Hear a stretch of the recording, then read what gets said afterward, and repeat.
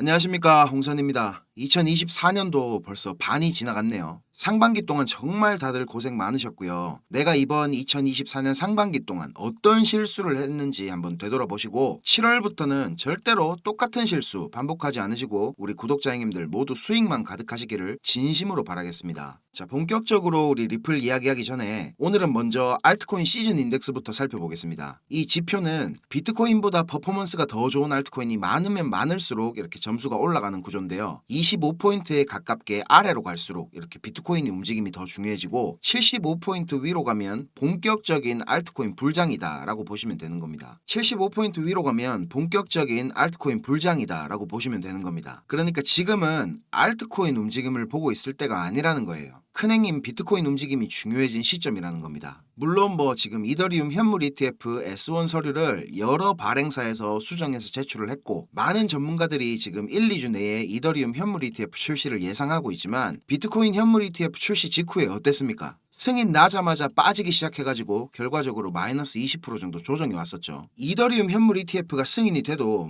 비슷한 상황으로 흘러갈 겁니다. 그리고 비트코인 현물 ETF 승인 때랑은 다르게 수요도 그렇게 높지 않을 것으로 보고 있습니다. 비트코인 현물 ETF의 한 10에서 15% 수준 정도로 자금 유입이 있을 것 같은데 제일 큰 이유는 역시 스테이킹 이슈입니다. 이더리움은 작업 증명 방식에서 지분 증명 방식으로 전환이 돼서 이더리움 홀더들이 지금 스테이킹을 통해서 개수를 늘리고 있는 중이죠. 그런데 SEC가 정치적으로 지금 조금씩 고립되고 있어서 앞으로 어떻게 될지는 아무도 모르는 거지만 현물 ETF 보유 물량에 대한 스테이킹은 아직까지 허용을 하지 않는다는 입장을 고수하고 있습니다. 스테이킹이 안 되는데 이 채굴을 포기하면서까지 ETF에다가 투자할 이유가 없겠죠. 그냥 이더리움 현물을 직접 매수해 가지고 스테이킹 시켜놓는 게 훨씬 이득이니까요. 결과적으로 직접적인 보유가 어려운 기관들이 주요 고객이 될 텐데 수요가 이게 과연 얼마나 있을지 저는 의문이거든요. 어찌되었건 빨리 승인이 나서 우리 리플 ETF에 대한 소식이 얼른 좀 들려왔으면 좋겠습니다. 자, 영상 좋아요, 구독, 알림 설정 아직 안 하신 분 계시면 좀 부탁드리고요. 영상 한번 시작해 보겠습니다.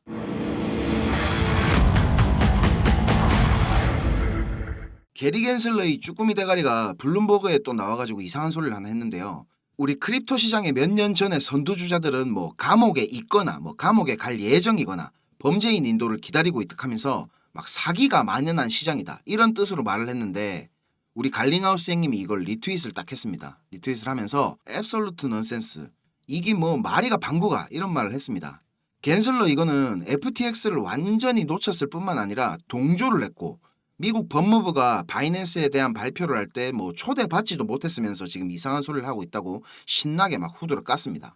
맞는 말이죠. 사실 샘 뱅크먼이 바이든 행정부나 민주당 쪽에 FTX를 통해서 만든 자금으로 엄청나게 로비를 했다는 건 크립토 시장에서 공공연한 비밀로 인식이 되고 있습니다. 겐슬러 지도 이해 당사자 중에 한 명인데 이런 소리를 한다는 것 자체가 저도 이해가 안 됩니다. 이게 뻔뻔한 건지 멍청한 건지 진짜 잘 모르겠네요. 3년 반이 넘게 진행 중인 우리 리플 소송에서도 SEC는 일관성이라고는 그냥 1도 찾아볼 수 없는 헛소리들만 계속하고 있는데 이거를 직접 재판에서 듣고 있는 토레스 판사나 네번 판사도 정말 짜증이 날 것 같습니다. 그리고 또 갈링하우스 형님은 글 마지막에다가 겐슬러는 바이든이 선거에서 패배하는 이유가 될 거다 이런 말도 했는데요. 실제로 지금 바이든 행정부에서 SEC를 통해서 규제라는 이름으로 행해오던 크립토 시장에 대한 기존의 입장을 지금 하나씩 바꿔나가고 있는데 그럴수록 SEC의 힘은 점점 약해지고 있는 상황이 벌어지고 있습니다. 리플 입장에서도 이런 분위기의 변화가 지금 상당히 반갑게 느껴질 텐데 최종 판결이 아직 나오지는 않았지만 결과는 보나마나 SEC의 개 쪽으로 끝날 거고요. 제 개인적인 생각인데 SEC가 주장하는 말도 안 되는 벌금을 납부하는 일은 절대로 없을 겁니다. 우리나라 돈으로 대략 한 100억 조금 안 되는 금액의 벌금이 나오지 않을까 저는 이렇게 기대를 하고 있습니다. 그리고 이거 아까 말씀드리려다가 제가 까먹은 내용인데 비트코인 조정이 지금 끝난 걸 수도 있는 가능성이 있습니다. 바이낸스 현물 차트 기준으로 여기 58.4K를 딱 찍어주고 지금 반등이 나오고 있는 모습인데 제가 이렇게 여러 군데 노란색 줄 그어놓은 거 보이시죠? 먼저 여기 23년도 초에 있었던 상황을 한번 볼게요. 가격 저점은 이렇게 올라갔죠. 근데 밑에 보이는 요 RSI 지표의 저점은 이렇게 내려갑니다. 이런 모양을 우리는 기술적으로 히든 상승 다이버전스라고 말을 하거든요.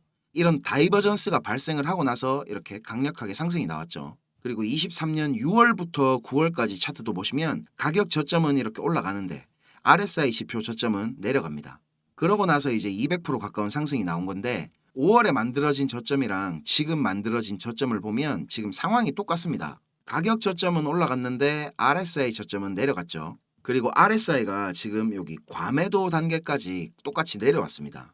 물론 뭐 이런 RSI 다이버전스는 어디까지나 보조 지표라서 뭐 맹신해서는 안 되겠지만 그래도 요 과거 차트의 흐름들을 보면 지금도 똑같은 상황이 발생을 한 거니까 이제 본격적으로 상승이 나올 수도 있을 것 같다 이런 생각을 하고 있습니다. 이게 또 타이밍적으로도 미국 대선이 11월인데 벌써 7월이니까 이제 상승 나올 시간이 됐죠.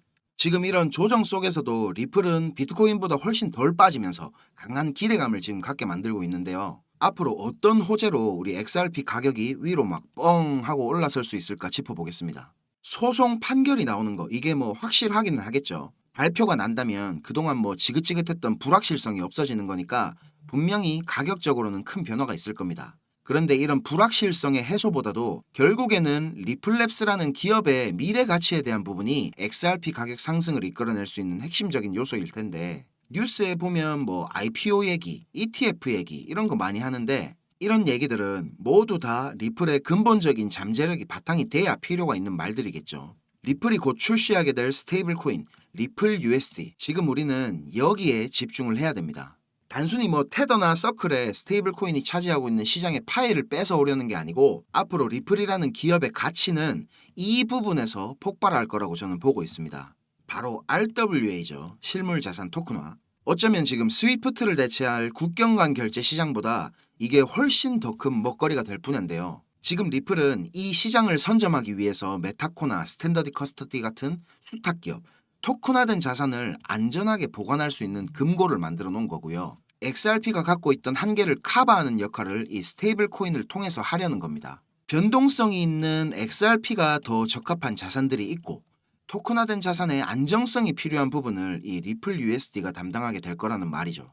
갈링하우스가 2028년까지 4천조의 수익을 예상하고 있다는 발언을 뭐 그냥 아무 생각 없이 내뱉은 거는 절대 아닐 겁니다. 우리 눈에 보이지 않는 이 블록체인과 우리가 살고 있는 이 현실 세계가 하나로 동기화되는 게 앞으로 우리 크립토 시장이 가야 될 방향이라는 건 확실해졌는데요. 리플뿐만 아니고 지금 전 세계적으로 이 RWA에 대한 관심이 급증을 하고 있는데 지금 우리 크립토 시장에서 제일 큰 이슈는 뭐니 해도 역시 기록적으로 자금을 유입시키고 있는 비트코인 현물 ETF입니다. 이 중에서도 단연 시장의 이목은 블랙록의 ETF 상품인 IBIT에 집중이 돼 있습니다. 블랙록은 혼자서만 200억 달러 유입을 출시 144일 만에 달성했습니다. 우리 돈으로 거의 28조에 가까운 자금 유입을 만들어낸 겁니다. 이 기록으로 ETF 역사상 최단기간에 운용자산 200억 달러를 돌파한 상품으로 이름을 올렸습니다. 2위는 JP모건의 JEPI라는 상품인데 985일이 걸렸습니다. 차이가 뭐 상당하죠. 그리고 지금 뉴욕 증권거래소에 상장된 ETF 상품이 3,000개 정도 된다고 하거든요. 이 중에 자산 규모가 100억 달러가 넘는 종목이 4%밖에 안 됩니다. 평균적으로 수년에서 길게는 수십 년이 걸리는 건데 블랙록은 이걸 144일 만에 해낸 겁니다. 블랙록 레리 핑크 회장은 예전에는 뭐 비트코인 욕을 엄청 했었죠. 돈 세탁을 위한 돈이라는 둥 뭐 이런 소리들을 했었습니다. 그런데 2022년도부터 입장을 완전히 바꿉니다. 스테이블 코인 USDC 아시죠? USDC의 발행사인 서클에다가 4억 달러 투자를 발표하고 나서 블랙록의 기관 고객들 중에서 비트코인에 관심이 있는 투자자들을 조용히 끌어들였습니다. 그리고 나서 사모펀드를 하나 만들어가지고 블랙록 자체 자금으로 비트코인에 투자를 하기 시작했습니다. 올 초에 비트코인 현물 ETF 상품이 승인된 직후에는 이런 말을 했었죠. 비트코인은 디지털 골드다. 금을 대체할 글로벌 자산이다. 월스트리트의 제일 큰 스피커 중에 하나인 레리 핑크의 이런 발언 때문에 비트코인은 금처럼 완벽하게 제도권 안에 들어온 가치 저장 수단으로 인정을 받고 있습니다. 세계에서 제일 큰 돈을 굴리는 블랙록의 CEO가 이런 말을 하니까 자연스럽게 뉴욕 거래소에 천문학적인 자금들이 유입이 되고 그동안 상장사 중에서 비트코인 보유량으로는 항상 최고를 달리던 마이크로 스트래티지를 제치고 블랙록이 세계에서 비트코인이 제일 많은 회사로 올라섰습니다. 이 뉴스가 나오던 시점에 27만 4천 개가 조금 넘게 보유하고 있더라고요. 어마어마하죠. 마이크로 스트래티지의 마이클 세일러가 2020년부터 비트코인을 모았는데 4년 동안 사모은 양을 블랙록은 3달 만에 뛰어넘은 겁니다. 지금은 30만 개도 훨씬 더 넘는 비트코인을 보유 중입니다.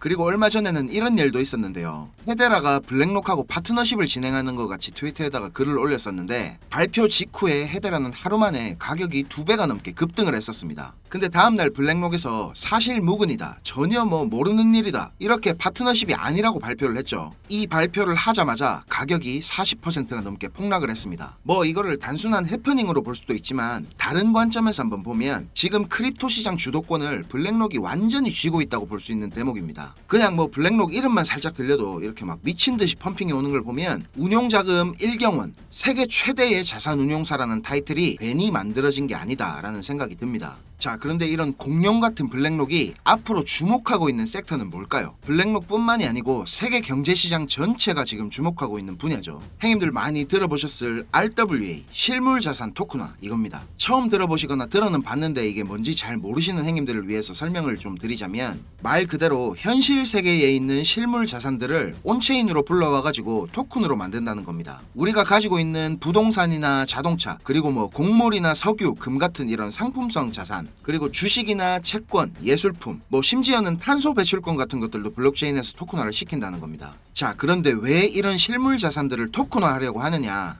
RWA를 통해서 기존의 실물 자산 시장의 낮은 유동성, 그리고 높은 진입 장벽 같은 이런 비효율성들을 개선하는 데 목적이 있는 겁니다. 대표적인 RWA의 적용 사례는 역시 이런 부동산이겠죠. 부동산의 토큰화를 통해 가지고 소유권이나 임대권을 이제 블록체인 상에서 거래할 수 있게 된다면 기존의 복잡했던 거래 방식과 소액 투자에 불가능으로 접근이 어려웠던 부동산 시장은 더 많은 사람들에게 개방이 될 거고 엄청난 유동성의 증가를 촉진시킬 겁니다. 그리고 예술품이나 소장품들도 토큰화가 된다면 고가의 소장품들의 조각 투자, 이걸 해가지고 소유권의 일부를 가질 수가 있기 때문에 마찬가지로 유동성과 접근성이 엄청나게 향상이 되겠죠. 그리고 증권이나 금융상품의 토큰화도 상당히 중요한 부분인데, 기업 입장에서는 추가 자금을 모집하고 효율적으로 자산을 관리할 수가 있을 것이고, 주식시장은 지금 내가 만약에 주식을 팔면 2거래일 이후에 돈을 받을 수가 있는데, 토큰화를 통해서 우리 크립토 시장처럼 24시간 열려있는 이런 T+0의 시대가 개막될 수도 있습니다. 보스턴 컨설팅 그룹 BCG에서 발표한 보고서에는 RWA 시장이 16조 달러 시장으로 성장할 거라는 전망을 했는데요. 우리 돈으로 환산하면 무려 2경 1600조라는 천문학적인 금액입니다. 이런 꿀통을 블랙록이 가만히 그냥 쳐다보고 있을 리가 없겠죠. 지난 2월에 블랙록에서 이렇게 기관 고객들을 대상으로 비공개 컨퍼런스를 했던 거 제가 여러 번 말씀드려서 다들 기억나실 겁니다. 정말 보수적인 기관 투자자들을 대상으로 하는 이런 자리에서 전체 포트폴리오에서 비트코인 비중을 28%까지 늘리라고 블랙록이 이렇게 파격적인 발언을 한 게 알려졌었죠. 근데 이 컨퍼런스가 겉으로 보기에는 비트코인 현물 ETF 출시를 앞두고 블랙록이 고객들을 대상으로 홍보를 하는 것 같이 보이는 자리였는데, 비들 아시죠? 블랙록이 얼마 전에 처음으로 출시한 RWA 펀드 이름인데, 출시되기 한 달도 전에 있었던 이 자리에서 벌써 비들이라는 이름을 쓰면서 출시를 예고를 했었고, 비들이 출시가 되면 가치 상승이 예상되는 코인들도 브리핑을 하면서 VIP 기관 고객들에게 수요 조사를 하는 내용도 정보원을 통해서 제가 입수를 했습니다. 그리고 비들을 설명을 하면서 Just a taste, 그냥 맛보기일 뿐이다, 이런 워딩을 쓰기도 했습니다. 미국 국채 토큰화 펀드의 중심에 있는 이 비들이 맛보기 정도밖에 안 된다는 말입니다. 자, 이거 제가 최초로 밝히는 겁니다. 이 비공개 컨퍼런스 안에서 더 은밀하게 VIP 고객들을 대상으로 하는 또 다른 비공개 모임이 있었습니다. 여기서 이제 진짜 블랙록이 공을 들이고 있는 프로젝트를 공개를 했는데, 자, 무슨 프로젝트인지 궁금하시죠? 사실 제가 이걸 오픈을 할까 말까 진짜 고민을 많이 했습니다. 그런데 제가 이런 자료를 공개하기로 결심을 한 제일 큰 이유는 하루에도 몇 분씩 저한테 가슴 아픈 사연들을 말씀해 주시는데, 불과 2년 전까지만 하더라도 저는 하루에도 몇 번씩 죽고 싶다는 생각을 했었던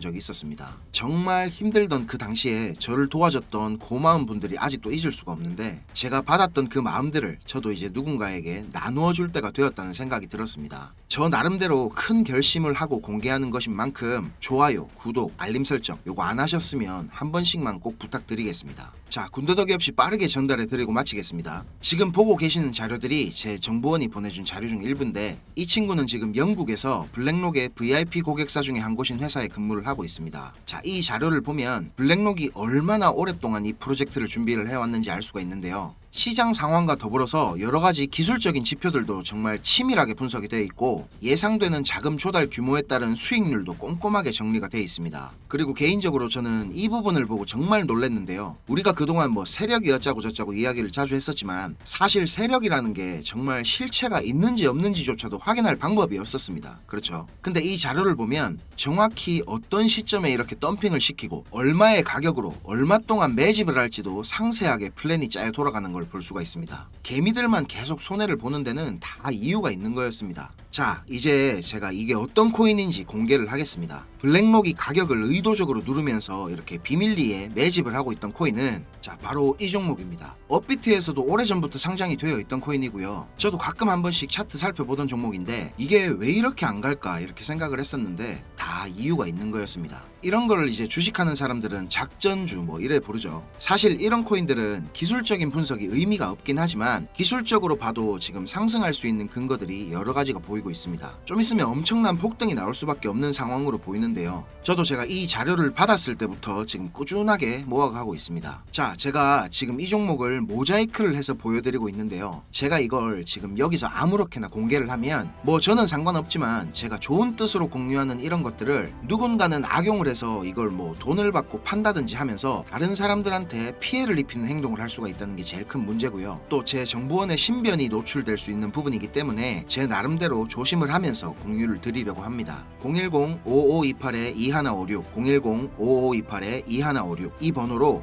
블랙록 이렇게 문자 한 통 보내주세요. 제가 확인을 하고 한 분도 빠짐없이 보내드리도록 하겠습니다. 자, 이 자료가 이 종목이 거짓말 같고 못 믿으시겠으면 그냥 지나치셔도 좋습니다. 그런데 아까 말씀드렸듯이 예전에 저처럼 지금 많이 힘드신 분들은 꼭 연락 주셔서 수익 얻어가시길 바라겠습니다. 우리가 이렇게 유튜브라는 곳에서 얼굴도 모르고 만나는 거지만 이게 또 계기가 돼서 좋은 인연으로 많이 이어지게 될지 누가 압니까? 그렇죠. 자, 영상 시청하시느라 고생 많으셨고요. 저는 다음 영상에서 더 좋은 분석과 빠른 소식들 가지고 다시 찾아뵙겠습니다. 감사합니다.